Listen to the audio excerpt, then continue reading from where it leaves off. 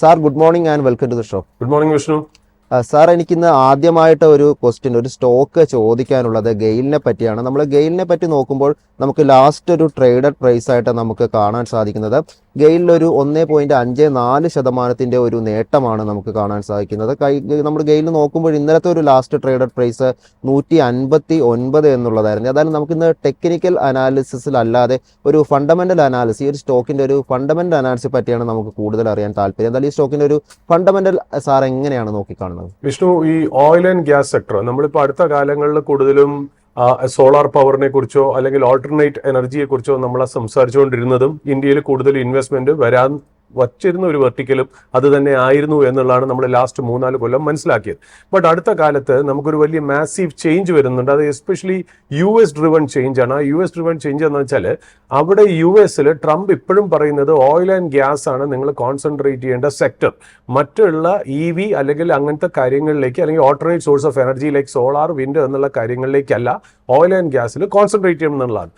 ഒരു വാസ്തവം പറയുകയാണെങ്കിൽ വിഷ്ണു, തീർച്ചയായിട്ടും ഇന്ത്യൻ മാർക്കറ്റിലും ഇന്ത്യൻ എക്കണോമിയിലും ഓയിൽ ആൻഡ് ഗ്യാസിനെ നമുക്ക് അങ്ങനെ എഴുതി തള്ളാവുന്ന ഒരു സെക്ടർ അല്ല. അതിന് ഒരുപാട് ഓപ്പർച്യൂണിറ്റീസ് ഇനിയും ഉണ്ട് എന്നുള്ളതാണ്. പെട്ടെന്ന് തന്നെ ഈ ഒരു ഓയിൽ ആൻഡ് ഗ്യാസ് സെക്ടറിൽ നിന്ന് മാറി ഒരു സോളാർ പവറോ അല്ലെങ്കിൽ വിൻഡ് പവറോ ഒന്നും നമുക്ക് പെട്ടെന്ന് മാറാൻ പറ്റില്ല. ഒന്നാമത്തെ കാര്യം തന്നെ നമ്മുടെ ഈ നാഷണൽ ഗ്രിഡ് ഉണ്ടല്ലോ, അതായത് പവർ സപ്ലൈ ക്യാരി ചെയ്ത് കൺസ്യൂമറിലേക്ക് എത്തിക്കുന്ന ഗ്രിഡ് തന്നെ അതിന് പ്രിപ്പയർഡ് ആയിട്ടുള്ളതല്ല. ഈ കോളിൽ നിന്നും ഓയിൽ ആൻഡ് ഗ്യാസിൽ നിന്നും ഒക്കെയുള്ള രീതിയിൽ നിന്ന് മാത്രമേ നമുക്ക് ഇതിനെ മുന്നോട്ട് കൊണ്ടുപോകാൻ പറ്റുള്ളൂ. അപ്പോൾ ഇന്ത്യൻ ഗവൺമെന്റ് ഇപ്പോൾ മാക്സിമം ശരിക്കും പറഞ്ഞാൽ ഓയിൽ കമ്പനീസിനും ഗ്യാസ് കമ്പനീസിനും വേണ്ടി ഒരുപാട് സപ്പോർട്ടും അല്ലെങ്കിൽ ഒരുപാട് റിഫോംസും കൊണ്ടുവരുന്നതായിട്ടാണ് കാണുന്നത്. ഇന്നലെ ഇപ്പോൾ 2 ഇന്റർ മിനിസ്റ്റീരിയൽ മീറ്റിംഗ് നടന്നത് വളരെ ഇമ്പോർട്ടൻ്റ് ആണ്. ഞാൻ എന്തുകൊണ്ട് ഇതിനെ ഗെയിലായിട്ട് വിശേഷിപ്പിച്ച് പറയുന്നു എന്ന് വെച്ചാൽ ഇതൊക്കെ കൊണ്ട് തന്നെ ആയിരിക്കാം ഗെയിലിൽ ഒരു ഫണ്ടമെന്റൽ മൂവ് വരുന്നത്. ഗെയിലിനെ കുറിച്ച് നമുക്ക് അതിന്റെ ഫിനാൻഷ്യൽസിനെ കുറിച്ച് സംസാരിക്കേണ്ട കാര്യമില്ല. കാര്യം ഗെയിൽ എന്ന് പറയുന്നത് നമുക്ക് gas authority of India limited എന്ന് പറയുന്നത് വളരെ എസ്റ്റാബ്ലിഷ്ഡ് ആയിട്ടുള്ള ഒരു PSU കമ്പനിയാണ്. വളരെ ഹെൽത്തി ഫിനാൻഷ്യൽസ് ഉള്ള ഒരു കമ്പനിയാണ്. നമ്മുടെ വീട്ടിലേക്ക് പൈപ്ഡ് ഗ്യാസ് എത്തിക്കുന്നതിൽ വരെ ആ പ്രോജക്റ്റിൽ ഗെയിൽ മുൻപന്തിയിൽ നിൽക്കുന്ന ഒരു കമ്പനി തന്നെയാണ്. സോ ആ ഗെയിലിനെ കുറിച്ച് കൂടുതൽ ഫണ്ടമെന്റൽ സംസാരിക്കാതെ എന്തുകൊണ്ടായിരിക്കാം ഗെയിലിന് ഒരു ബമ്പപ്പ് കിട്ടിയത് എന്ന് സംസാരിക്കുന്നതായിരിക്കും കുറച്ചുകൂടെ യുക്തി എന്ന് പറയുന്നത്. അതായത് മെയിൻലി ഇന്നലെ ഒരു ഇന്റർ മിനിസ്റ്റീരിയൽ മീറ്റിംഗ് നടന്നു. ഈ ഇന്റർ മിനിസ്റ്റീരിയൽ മീറ്റിംഗിൽ എന്താണ് അവർ സംസാരിച്ചതെന്ന് വെച്ചാൽ especially oil and gas companies ഒരു സൈഡിൽ, മറ്റേ സൈഡിൽ പെട്രോളിയം മിനിസ്ട്രി, പിന്നെ ഷിപ്പിംഗ് മിനിസ്ട്രി, ഇവർ 3 പേരും കൂടെ ചേർന്നാണ് മീറ്റിംഗ് നടത്തിയത്. അതെന്താ വെച്ചാൽ ഇപ്പോൾ അടുത്ത കാലത്ത് ഇപ്പോൾ ഒരുപാട് ഡെവലപ്മെന്റ്സ്, അത് ഇതിനു കൂടി ചേർത്ത് വായിക്കാം. നമുക്ക് വേറൊരു കാര്യം കൂടി, ഗവൺമെന്റ് ഇന്നലെ ലോക്സഭയിൽ പുതിയതായിട്ട് ഓയിൽ ഫീൽഡ് ബില്ല് പാസ്സാക്കി എന്നുള്ളതാണ്. ഈ ഓയിൽ ഫീൽഡ് ബിൽ പാസ്സാക്കുക എന്ന് പറയുന്നതിന്റെ റെലവൻസ് എന്താ അറിയോ? ഈ ഓയിൽ ഫീൽഡ് മൈനിങ് ഡിപ്പാർട്ട്മെന്റിന്റെ കൂടെ കയറി കിടക്കുകയായിരുന്നു. അതിന്റെ പ്രശ്നം വെച്ചാൽ ഈ മൈനിങ്ങിന്റെ ആ പ്രിമൈസസിൽ ഓയിൽ ആൻഡ് ഗ്യാസ് കിടക്കുമ്പോൾ ഈ ഓയിൽ ആൻഡ് ഗ്യാസ് എക്സ്പ്ലോറേഷന് ഒരുപാട് റെസ്ട്രിക്ഷൻസ് വരുന്നു. അതായത് നോ ഗോ ഏരിയ, അതായത് ചില സ്ഥലങ്ങളിൽ നമുക്ക് എക്സ്കവേഷനോ എക്സ്പ്ലോയിറ്റേഷനോ എക്സ്പ്ലോറേഷനോ പാടില്ല എന്നുള്ള രീതിയിലേക്കാണ്. കാര്യം മൈനിങ്ങിന്റെ ആ ഒരു ലീഗൽ എൻറ്റിറ്റി എന്ന് പറഞ്ഞാൽ വളരെ വലുതാണ്. അപ്പോൾ മിനിസ്ട്രി എന്താ ചെയ്തതെന്ന് വെച്ചാൽ ആ മൈനിങ്ങിനകത്തുനിന്ന് ഓയിൽ ആൻഡ് ഗ്യാസിനെ സെപ്പറേറ്റ് ആയിട്ട് എടുത്ത് മാറ്റി ഒരു ബില്ലിൽ കൂടി, എന്നിട്ട് ഓയിൽ ആൻഡ് ഗ്യാസിനെ സെപ്പറേറ്റ് രീതിയിലേക്ക് കൊണ്ടുവന്നേക്കാണ്. അതിന്റെ ഏറ്റവും വലിയ ഗുണം എന്ന് വെച്ചാൽ പല ഓയിൽ ആൻഡ് ഗ്യാസ് കമ്പനീസിന് ഇനിയിപ്പോൾ ധൈര്യമായിട്ട് എക്സ്പാൻഷനായിട്ട് മുന്നോട്ട് പോവാം. അതിലൊന്ന്, അവർ മറ്റുള്ള കമ്പനികളായിട്ട്, അതായത് ലോകത്തുള്ള എക്സോൺ മോബിലായിട്ടോ BP ആയിട്ടോ ആരാംകോ ആയിട്ടോ ഷെല്ലായിട്ടോ ഇനി അവർക്ക് പാർട്ട്ണർ ചെയ്തിട്ട് ഒരുപാട് ഓയിൽ ആൻഡ് ഗ്യാസ് എക്സ്പ്ലോറേഷൻ ഇന്ത്യയിൽ നടത്താം. പലയിടത്തും ഓയിൽ ആൻഡ് ഗ്യാസ് റിസർവ്സ് ഇന്ത്യയിൽ ഉണ്ടെന്നാണ് പറയപ്പെടുന്നത്. അതിന് വേണ്ടിയിട്ടുള്ള ഹ്യൂജ് ഇൻവെസ്റ്റ്മെന്റ്സും അതിനുള്ള ലീഗൽ കാര്യങ്ങളും ഒക്കെ മൈനിങ് ഡിപ്പാർട്ട്മെന്റിൽ നിന്ന് മാറ്റി സെപ്പറേറ്റ് ബില്ലിൽ കൂടി സെപ്പറേറ്റ് ചെയ്തിട്ടുണ്ട്. സൈമുൾട്ടേനിയസ് ആയിട്ട് തന്നെ ഇന്നലെ ഒരു മീറ്റിംഗ് നടന്ന്, ഞാൻ നേരത്തെ പറഞ്ഞു, ഓയിൽ ആൻഡ് ഗ്യാസ് കമ്പനീസും ഷിപ്പിംഗ് കമ്പനീസും അത് കൂടാതെ ഓയിൽ ആൻഡ് ഗ്യാസ് മിനിസ്ട്രി കൂടെ ചേർന്ന് ഒരുപാട് ഷിപ്പുകൾ മേടിക്കാൻ എന്താ ചെയ്യേണ്ടത് എന്നുള്ളതാണ് ഇന്നലെ ഡിസ്കസ് ചെയ്തത്. അതായത് ഇപ്പോൾ അവർ പറയുന്നത് ഇന്ത്യയിൽ ഓയിൽ ആൻഡ് ഗ്യാസ് ഇൻഡസ്ട്രിയിൽ ഒരുപാട് എക്സ്പാൻഷനാണ് വരുന്നത്. ആ എക്സ്പാൻഷന് വേണ്ടി അപ്സ്ട്രീം കമ്പനീസ് ആയ ഓയിൽ ഇന്ത്യ അല്ലെങ്കിൽ ONGC, BP പോലുള്ള കമ്പനികളായിട്ട് BP, ഷെല്ല്, എക്സോൺ മൊബൈലായിട്ട് ടൈപ്പ് ചെയ്യുന്നത് ഒരു സൈഡിൽ, അത് കൂടാതെ തന്നെ ഡൗൺ സ്ട്രീം കമ്പനീസ് ആയ BPCL, HPCLന് ഓയിൽ ആൻഡ് ഗ്യാസ് പല സ്ഥലങ്ങളിൽ നിന്ന് കൊണ്ടുവരാനായിട്ട്, അതായത് ഇത്രയും നാൾ നമ്മൾ ഗൾഫിൽ നിന്നാണ് കൊണ്ടുവന്നത്. കോവിഡിന് ശേഷം അടുത്ത കാലത്ത് നമ്മൾ റഷ്യയായിട്ട് ഒരു ടൈപ്പ് ഉണ്ടായിരുന്നു. ഇപ്പോഴാ നമ്മൾ ട്രംപ് അഡ്മിനിസ്ട്രേഷനായിട്ട് നമ്മളൊരു എന്താ പറയുക ഒരു എക്സ്പോർട്ട് ഡീല് സൈൻ ചെയ്ത പ്രകാരം അവിടുന്ന് കൂടുതൽ ഓയിൽ ആൻഡ് ഗ്യാസ് വരണം. അതിന് വേണ്ടിയിട്ട് ഒരുപാട് ഷിപ്സ് വേണം എന്നുള്ളതാണ് ഷിപ്പിംഗ് മിനിസ്ട്രിയുടെ അടുത്ത് ഈ ഓയിൽ ആൻഡ് ഗ്യാസ് കമ്പനീസും ഓയിൽ ആൻഡ് ഗ്യാസ് മിനിസ്ട്രിയും പ്രപ്പോസ് ചെയ്തേക്കുന്നത്. അപ്പോൾ തീർച്ചയായിട്ടും ഓയിൽ ആൻഡ് ഗ്യാസ് സെക്ടറിൽ ഒരുപാട് മൂവ്മെന്റ്സ് നടന്നേക്കാം, ഒരുപാട് ഇൻവെസ്റ്റ്മെന്റ്സ് നടന്നേക്കാം. ആ സെക്ടറിലുള്ള upstream companies downstream companies, upstream companies എന്ന് പറയുന്നത് ONGCയും ഓയിൽ ഇന്ത്യയാണ് ലിസ്റ്റഡ് സ്പേസിൽ, രണ്ട് PSU കമ്പനീസ് ആണ്. ഡൗൺ സ്ട്രീം കമ്പനീസും BPCLും HPCLും ആണ്, അതും വീണ്ടും PSU കമ്പനീസ് ആണ്. അതുകൂടാതെ ഗെയില്, പിന്നെ അത് കഴിഞ്ഞ് ഗ്യാസ് ട്രാൻസ്മിഷൻ കമ്പനീസ്. ഈ സെക്ടറിൽ തീർച്ചയായിട്ടും വലിയൊരു മൂവ്മെന്റിനുള്ള, ഞാൻ സ്റ്റോക്ക് കയറും എന്നുള്ള ഉദ്ദേശത്തിലല്ല പറയുന്നത്, ഒരുപാട് ആക്ടിവിറ്റി നടക്കാനുള്ള ചാൻസ് ഉണ്ട്.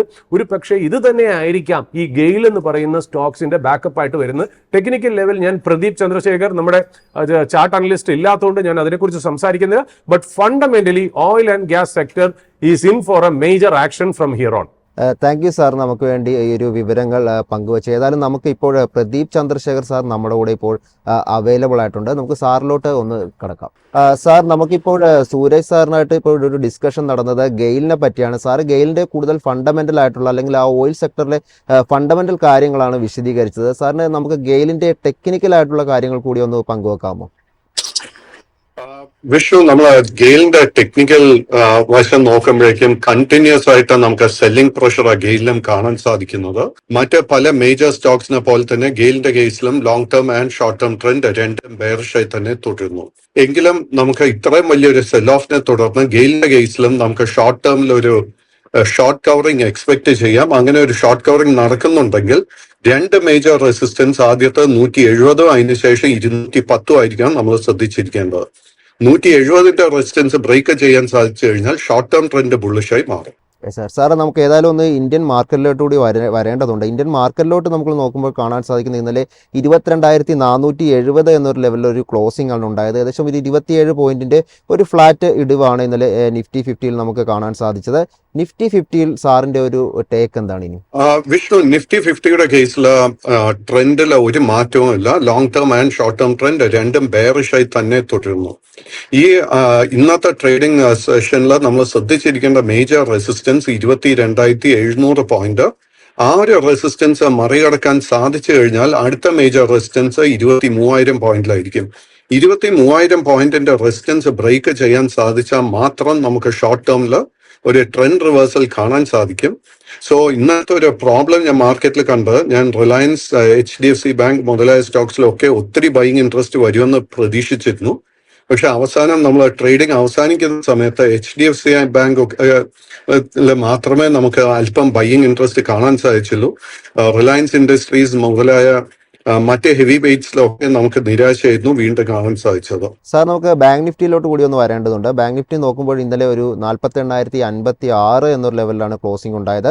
202 പോയിന്റിന്റെ ഒരു നേട്ടം, 0.5% അടുത്ത ഒരു നേട്ടമാണ് രേഖപ്പെടുത്തിയത്. ഇന്നലത്തെ ഒരു ഇൻട്രാഡേ ഹൈ 48,222 ലോവർ ലെവലിൽ 47,844 എന്നൊരു ലെവലിലുമാണ് ട്രേഡിംഗ് നടക്കുകയുണ്ടായത്. ഏതായാലും ബാങ്ക് നിഫ്റ്റി സാറിന്റെ ഒരു വ്യൂ എന്താണ്? നിഫ്റ്റി ബാങ്ക് ഇൻഡെക്സിന്റെ കേസിലും കാഴ്ചപ്പാടിൽ മാറ്റമൊന്നുമില്ല. സപ്പോർട്ട് വന്നിട്ട് 47,600-ലും ഇമ്മീഡിയറ്റ് റെസിസ്റ്റൻസ് 49,200 പോയിന്റിലോ കാണാൻ സാധിക്കുന്നത്. ഇന്നലെ നമ്മൾ കണ്ടിരിക്കുന്ന നേരിയ റിക്കവറി, അതിന്റെ ഒരു പ്രധാന കാരണം ഒന്ന് HDFC ബാങ്കിലെ ബൈയിങ് ഇൻട്രസ്റ്റ് കാണാൻ സാധിച്ചു. രണ്ടാമത്തത് നമ്മൾ IndusInd ബാങ്കിന്റെ കേസിൽ ഒത്തിരി ഷോർട്ട് കവറിങ്ങും കാണാൻ സാധിച്ചിരുന്നു.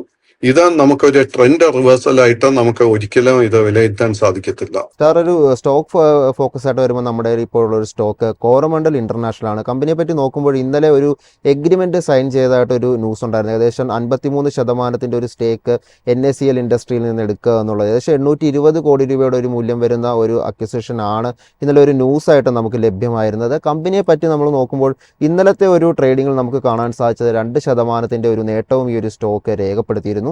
കോറമണ്ടൽ ഇന്റർനാഷണൽ സാറിന്റെ ഒരു long and short time view എന്താണ്? കോറമണ്ടൽ ഇന്റർനാഷണലിൽ കഴിഞ്ഞ ഒരാഴ്ചയായിട്ട് ഒരു ബൈയിങ് ഇൻട്രസ്റ്റ് കാണാൻ സാധിക്കുന്നുണ്ട്. അതിനെ തുടർന്ന് ബെയറിഷ് ട്രെൻഡ് ഒരു സൈഡ്വേസ് ട്രെൻഡായി മാറുന്ന ഒരു സിറ്റുവേഷനും ആയിട്ടുണ്ട്. ഇതിൽ രണ്ട് മേജർ റെസിസ്റ്റൻസ് നമ്മൾ ശ്രദ്ധിച്ചിരിക്കേണ്ടത് ആദ്യത്തെ 1860-ഉം അതിനുശേഷം 1925 ആയിരിക്കും. ഈ രണ്ട് റെസിസ്റ്റൻസ് ബ്രേക്ക് ചെയ്യാൻ സാധിച്ചാൽ ട്രെൻഡ് റിവേഴ്സൽ കൺഫർമേഷൻ നമുക്ക് ലഭിക്കും.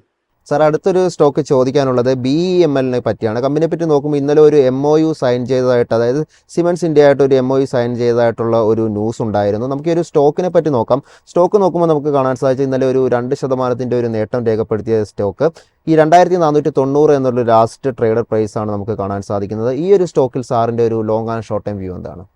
വിഷ്ണു, അൺഫോർച്ചുനേറ്റ്ലി എനിക്ക് BMLന്റെ ഡേറ്റ ഇന്ന് ലഭിക്കുന്നില്ല. അടുത്തൊരു സ്റ്റോക്കിലോട്ട് നമുക്ക് നമുക്ക് അടുത്തൊരു സ്റ്റോക്കിലോട്ട് പോകാം. ഇന്ന് നമുക്കിപ്പോൾ ഒരു ചോദ്യമായിട്ടുള്ളത് FMCG സെക്ടറിൽ നിന്നുള്ള ഡാബറിനെ പറ്റിയാണ്. ഇന്നലെ ഒരു 0.48% ഒരു നേട്ടമാണ് രേഖപ്പെടുത്തിയത്. ഏകദേശം 499 രൂപയാണ് ഒരു ലാസ്റ്റ് ട്രേഡർ പ്രൈസ് ആയിട്ട് കാണുന്നത്. ഡാബറിൽ സാറിന്റെ ഒരു ടേക്ക് എന്താണ്? ഡാബറിന്റെ കേസിൽ നിലവിൽ long and short term trend രണ്ടും ബെയറിഷായി തുടരുന്നു. ബട്ട് ഈ ഒരു കേസിൽ നമുക്ക് ട്രെൻഡ് റിവേഴ്സലിന് ഒരു പോസിബിലിറ്റി കാണുന്നുണ്ട്. നമ്മൾ ശ്രദ്ധിച്ചിരിക്കേണ്ട മേജർ റെസിസ്റ്റൻസ് ആദ്യത്തെ 520, അതിനുശേഷം കാണാൻ സാധിക്കുന്ന മേജർ റെസിസ്റ്റൻസ് 545, അതിനുശേഷം 575. ഈ 3 റെസിസ്റ്റൻസ് ക്രോസ് ചെയ്യാൻ സാധിച്ചു കഴിഞ്ഞാൽ നമുക്ക് ഈ സ്റ്റോക്കിൽ വലിയൊരു മുന്നേറ്റം തന്നെ എക്സ്പെക്ട് ചെയ്യാൻ പറ്റും. സാർ, ഇനി മറ്റൊരു സ്റ്റോക്ക് നമുക്ക് ചോദിക്കാനുള്ളത് വരുൺ ബിവറേജസ് ആണ്. വരുൺ ബിവറേജസ് നോക്കുമ്പോൾ ഇന്നലെ ഒരു 1.4% ഒരു ഇടിവാണ് രേഖപ്പെടുത്തിയത്. 478 രൂപയാണ് ഒരു ലാസ്റ്റ് ട്രേഡഡ് പ്രൈസ് ആയിട്ട് നമുക്ക് കാണാൻ സാധിക്കുന്നത്. വരുൺ ബിവറേജസിൽ സാറിന്റെ ഒരു ടേക്ക് എന്താണ്? വരുൺ ബിവറേജസിന്റെ കേസിൽ long and short term trend രണ്ടും ബെയറിഷായി തുടരുന്നു. ഞാനിപ്പോ പറഞ്ഞതുപോലെ തന്നെ ഈ ഒരു സ്റ്റോക്കിലും നമുക്കൊരു ട്രെൻഡ് റിവേഴ്സലിന് ഒരു പോസിബിലിറ്റി കാണുന്നുണ്ട്. അതിന്റെ പ്രധാന കാരണം 420 രൂപയിൽ വളരെ റിപ്പോർട്ട് ബേസ് ഫോം ചെയ്തിട്ടുണ്ട്. ഈ സ്റ്റോക്കിൽ നമുക്കൊരു ട്രെൻഡ് റിവേഴ്സൽ ലഭ്യമാകണമെങ്കിൽ ആദ്യം തന്നെ 530, അതിനുശേഷം 610 റെസിസ്റ്റൻസ് ലെവൽസ് ഇത് ബ്രേക്ക് ചെയ്യണം. സാർ, മറ്റൊരു സ്റ്റോക്ക് ചോദിക്കാനുള്ളത് അദാനി ടോട്ടൽ ഗ്യാസ് ആണ്. ഇന്നലത്തെ ഒരു ട്രേഡിംഗ് നോക്കുമ്പോൾ ഏകദേശം ഒരു 0.5% നേട്ടമാണ് ഈ ഒരു സ്റ്റോക്ക് രേഖപ്പെടുത്തിയത്. ഒരു 600 എന്നുള്ളതാണ് ഒരു ലാസ്റ്റ് ട്രേഡഡ് പ്രൈസ് ആയിട്ട് നമുക്ക് കാണാൻ സാധിക്കുന്നത്. കഴിഞ്ഞ ഒരു വീക്കിലെ ഒരു ട്രേഡിംഗ് നോക്കുമ്പോൾ ഒരു 8% ഒരു നേട്ടം ഈ ഒരു സ്റ്റോക്ക് രേഖപ്പെടുത്തിയിരുന്നു. അദാനി ടോട്ടൽ ഗ്യാസിൽ സാറിന്റെ ഒരു ടേക്ക് എന്താണ്? അഡാനി ടോട്ടൽ ഗ്യാസിന്റെ കേസിൽ long and short term trend രണ്ടും ബെയറിഷായി തുടരുന്നു. ബട്ട് ഈ ഒരു സ്റ്റോക്കിലും നമുക്ക് ട്രെൻഡ് റിവേഴ്സലിന് ഒരു നല്ല പോസിബിലിറ്റി കാണുന്നുണ്ട്. നമ്മളൊരു ഷോർട്ട് ടേം ട്രേഡിന് ഒരു ട്രിഗർ നോക്കുകയാണെങ്കിൽ 625 ആയിരിക്കണം നമ്മൾ ശ്രദ്ധിച്ചിരിക്കേണ്ട റെസിസ്റ്റൻസ്. ഇതിന്റെ ഇമ്മീഡിയറ്റ് സപ്പോർട്ട് എന്ന് പറയുന്ന 578 രൂപയിലാണ് കാണുന്നത്. എന്റെ അടുക്കെ വിഷ്ണു ഇപ്പൊ അഡാനി ടോട്ടൽ ഗ്യാസിനെ കുറിച്ച് ചോദിച്ചതുകൊണ്ട് എന്റെ മറ്റൊരു അഡാനി സ്റ്റോക്കിൽ വന്നിരിക്കുന്നത് it is in Adani energy solution. Adani energy സൊല്യൂഷന്റെ കേസിൽ കഴിഞ്ഞ 6 ട്രേഡിംഗ് സെഷൻസിൽ നമുക്ക് നേട്ടമാണ് കാണാൻ സാധിച്ചിരിക്കുന്നത്. അതിനെ തുടർന്ന് ഷോർട്ട് ടേം ട്രെൻഡ് ഓൾറെഡി ബുള്ളിഷായി മാറിക്കഴിഞ്ഞു. കൈവശം ഓൾറെഡി ലോങ് പൊസിഷൻ ഉണ്ടെങ്കിൽ ഇനി നമ്മൾ ശ്രദ്ധിച്ചിരിക്കേണ്ട റെസിസ്റ്റൻസിൽ 840, അതിനുശേഷമുള്ള റെസിസ്റ്റൻസ് 920. 920 റെസിസ്റ്റൻസ് ബ്രേക്ക് ചെയ്യാൻ സാധിച്ചു കഴിഞ്ഞാൽ ലോങ് ടേം ട്രെൻഡ് പോലും ബുള്ളിഷായി മാറും. അതിനുശേഷം ഈ സ്റ്റോക്കിൽ വലിയൊരു മുന്നേറ്റം തന്നെ നമുക്ക് എക്സ്പെക്ട് ചെയ്യാം. അതുപോലെ തന്നെ അഡാനി എന്റർപ്രൈസസിന്റെ കേസ് എടുക്കുമ്പോഴേക്കും ഇതൊരു വളരെ മേജർ റെസിസ്റ്റൻസ് ആയിട്ടുള്ള 2320 രൂപ ടെസ്റ്റ് ചെയ്തുകൊണ്ടിരിക്കുന്നു. ഈ ഒരു റെസിസ്റ്റൻസ് ബ്രേക്ക് ചെയ്യാൻ സാധിച്ചാൽ അടുത്ത മേജർ റെസിസ്റ്റൻസ് 2400, അതിനുശേഷം 2600, അതിനുശേഷം 2770. സാർ, മറ്റൊരു സ്റ്റോക്ക് ഫോക്കസിലുള്ളത് ഭാരതി എയർടെൽ ആണ്. ഏതായാലും ഭാരതി എയർടെൽ ഇപ്പോൾ ഒരു വാർത്തയിൽ നിറഞ്ഞു നിൽക്കുന്ന ഒരു സ്റ്റോക്ക് തന്നെയാണല്ലോ. ഏതായാലും ഇന്നലെ ഒരു 1.21% ഒരു ഇടിവാണ് രേഖപ്പെടുത്തിയത്. 1642 എന്നുള്ളൊരു ലാസ്റ്റ് ട്രേഡഡ് പ്രൈസ് ആണ് നമുക്ക് കാണാൻ സാധിക്കുന്നത്. ഏതായാലും ഭാരതി എയർടെൽ സാറിന്റെ ഒരു long and short time view എന്താണ്? ഭാരതി എയർടെലിന്റെ കേസിൽ നിലവിൽ long and short time trend bullish ആണെങ്കിൽ പോലും ഈ സ്റ്റോക്കിന് വളരെ സ്ട്രോങ് ഒരു റെസിസ്റ്റൻസ് 1720, 1730 ഈ ഒരു റേഞ്ചിൽ കാണാൻ സാധിക്കുന്നുണ്ട്. ഈ ഒരു റെസിസ്റ്റൻസ് ബ്രേക്ക് ചെയ്യാൻ സാധിച്ചാൽ മാത്രമേ നമുക്കൊരു പുതിയ ലോങ് പൊസിഷൻ എടുക്കാൻ സാധിക്കത്തുള്ളൂ.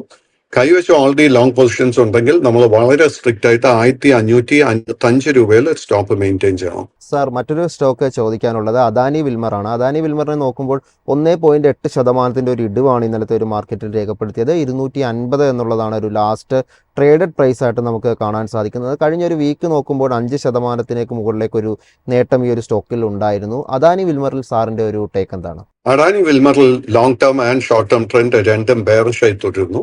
ഈ ഒരു സ്റ്റോക്കിൽ നമുക്കൊരു ട്രെൻഡ് റിവേഴ്സൽ കാണണമെങ്കിൽ ആദ്യം തന്നെ 270 രൂപയുടെ റെസിസ്റ്റൻസ് ബ്രേക്ക് ചെയ്യണം. അത് ബ്രേക്ക് ചെയ്യാൻ എളുപ്പമായിരിക്കത്തില്ല. ഇനി അഥവാ അത് ബ്രേക്ക് ചെയ്യാൻ സാധിച്ചു കഴിഞ്ഞാൽ ഇതിന്റെ പിന്നീടുള്ള resistance 290, 300, 310, 330.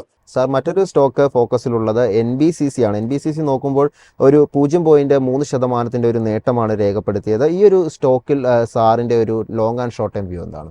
NBCCയുടെ long and short term trend രണ്ടും ബെയറിഷായി തുടരുന്നു. ഇത് ആദ്യം തന്നെ സ്മോൾ ക്യാപ് സ്റ്റോക്ക് എന്നുള്ള ഒരു കാര്യം മറക്കരുത്.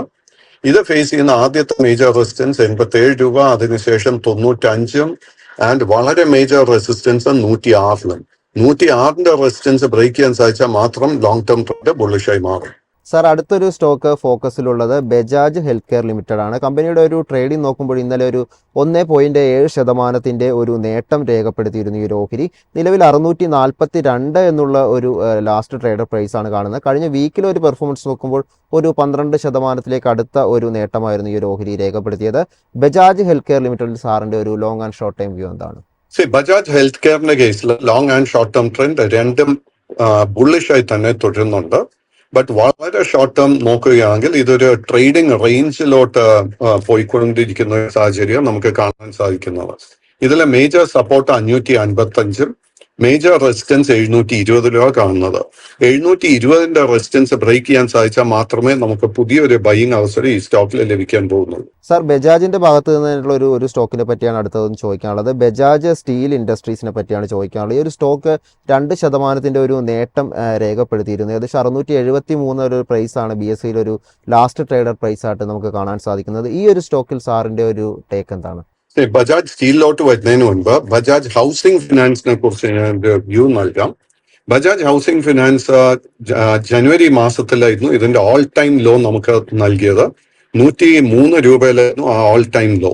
അതിനുശേഷം ഈ സ്റ്റോക്ക് ഒരു മാസത്തോളം കൺസോൾട്ടേഷൻ ആയിരുന്നു നടത്തി വന്നത്. കഴിഞ്ഞ 2-3 ദിവസത്തെ ട്രേഡിംഗ് പാറ്റേൺ നോക്കുമ്പോഴേക്കും നമുക്ക് ഒരു ബ്രേക്ക് ഔട്ടിന് ഒരു നല്ല പോസിബിലിറ്റി ഈ സ്റ്റോക്കിൽ കാണാൻ സാധിക്കുന്നുണ്ട്. ഇതിന്റെ മേജർ ബ്രേക്ക് ഔട്ട് ലെവൽ 118 രൂപയിലാണ് കാണുന്നത്. അതിനുശേഷമുള്ള റെസിസ്റ്റൻസ് 122. ഈ രണ്ട് റെസിസ്റ്റൻസ് മറികടക്കാൻ സാധിച്ചു കഴിഞ്ഞാൽ ഈ സ്റ്റോക്കിൽ വലിയൊരു മുന്നേറ്റം തന്നെ നമുക്ക് സ്റ്റോക്കിൽ പ്രതീക്ഷിക്കാം. സാർ മറ്റൊരു സ്റ്റോക്ക് ഫോക്കസിലുള്ളത് റെഡിങ്ടൺ ആണ്. നമ്മൾ ഈ ഒരു സ്റ്റോക്ക് ഒരു 1-2 ആഴ്ചക്ക് മുമ്പ് തന്നെ ഒരു ഡിസ്കഷൻ നടത്തിയിരുന്നു. റെഡിങ്ടൺ നമ്മളിപ്പോൾ നോക്കുമ്പോൾ ഒരു 1% ഒരു ഇടിവാണ് രേഖപ്പെടുന്നത്. ഈ ഒരു സ്റ്റോക്കിൽ ഇപ്പോൾ എന്ത് മാറ്റമാണ് ഉണ്ടായിരിക്കുന്നത്? എന്താണ് ഈ ഒരു സ്റ്റോക്കിന്റെ long and short time view സാറിന്റെ? വിഷ്ണു, റെഡിങ്ടണിലോട്ട് വരുന്നതിന് മുൻപ് എന്റെ അടുക്കെ വിഷ്ണു ചോദിച്ച ബജാജ് സ്റ്റീലിന്റെ ഒരു വ്യൂ കൂടെ നൽകിയേക്കാം. ബജാജ് സ്റ്റീലിന്റെ കേസിൽ ആദ്യം തന്നെ ഇത് നമ്മൾ മറക്കാതെ ശ്രദ്ധിക്കേണ്ടത് this a small cap stock and ഇതിന്റെ ട്രേഡിംഗ് പാറ്റേൺ നോക്കുമ്പോഴേക്കും long and short term trend രണ്ടും സൈഡ് വേസ് ആയിട്ട് കാണുന്നത്. ഈ സ്റ്റോക്കിൽ ഒരു ട്രെൻഡ് റിവേഴ്സൽ നടക്കണമെങ്കിൽ 745ന്റെ റെസിസ്റ്റൻസ് ബ്രേക്ക് ചെയ്യാൻ വേണ്ടി വെയിറ്റ് ചെയ്യുക. കൈവശം ഓൾറെഡി ലോങ് പൊസിഷൻ ഉണ്ടെങ്കിൽ 580ന്റെ സപ്പോർട്ടും ശ്രദ്ധിച്ചിരിക്കുക. റെഡിങ്ടന്റെ കേസ് എടുക്കുമ്പോഴേക്കും റെഡിങ്ടന്റെ long term and short term trend രണ്ടും ബുള്ളിഷായി തന്നെ തുടരുന്നുണ്ട്. അറ്റ് ദ മൊമെന്റ് നമുക്ക് ഇതിലൊരു വീക്ക്നെസ് കാണുന്നില്ല. കൈവശം ലോങ് പൊസിഷൻ ഉണ്ടെങ്കിൽ 218ന്റെ സപ്പോർട്ട് ശ്രദ്ധിച്ചിരിക്കുക. വളരെ നന്ദി സാർ, നമുക്ക് വേണ്ടി ഇത്രയും അപ്ഡേറ്റ്സും അനാലിസിസും ഷെയർ ചെയ്തതിന്. ഏതായാലും മാർക്കറ്റ് പ്ലസിന്റെ എപ്പിസോഡ് ഇപ്പോൾ വൈൻഡപ്പ് ചെയ്യാൻ സമയമായിരിക്കുകയാണ്. ഇനി മാർക്കറ്റ് സ്ക്രീനറിന്റെ ഒരു പുതിയ എപ്പിസോഡുമായി നമുക്ക് വീണ്ടും കാണാം. നന്ദി, നമസ്കാരം.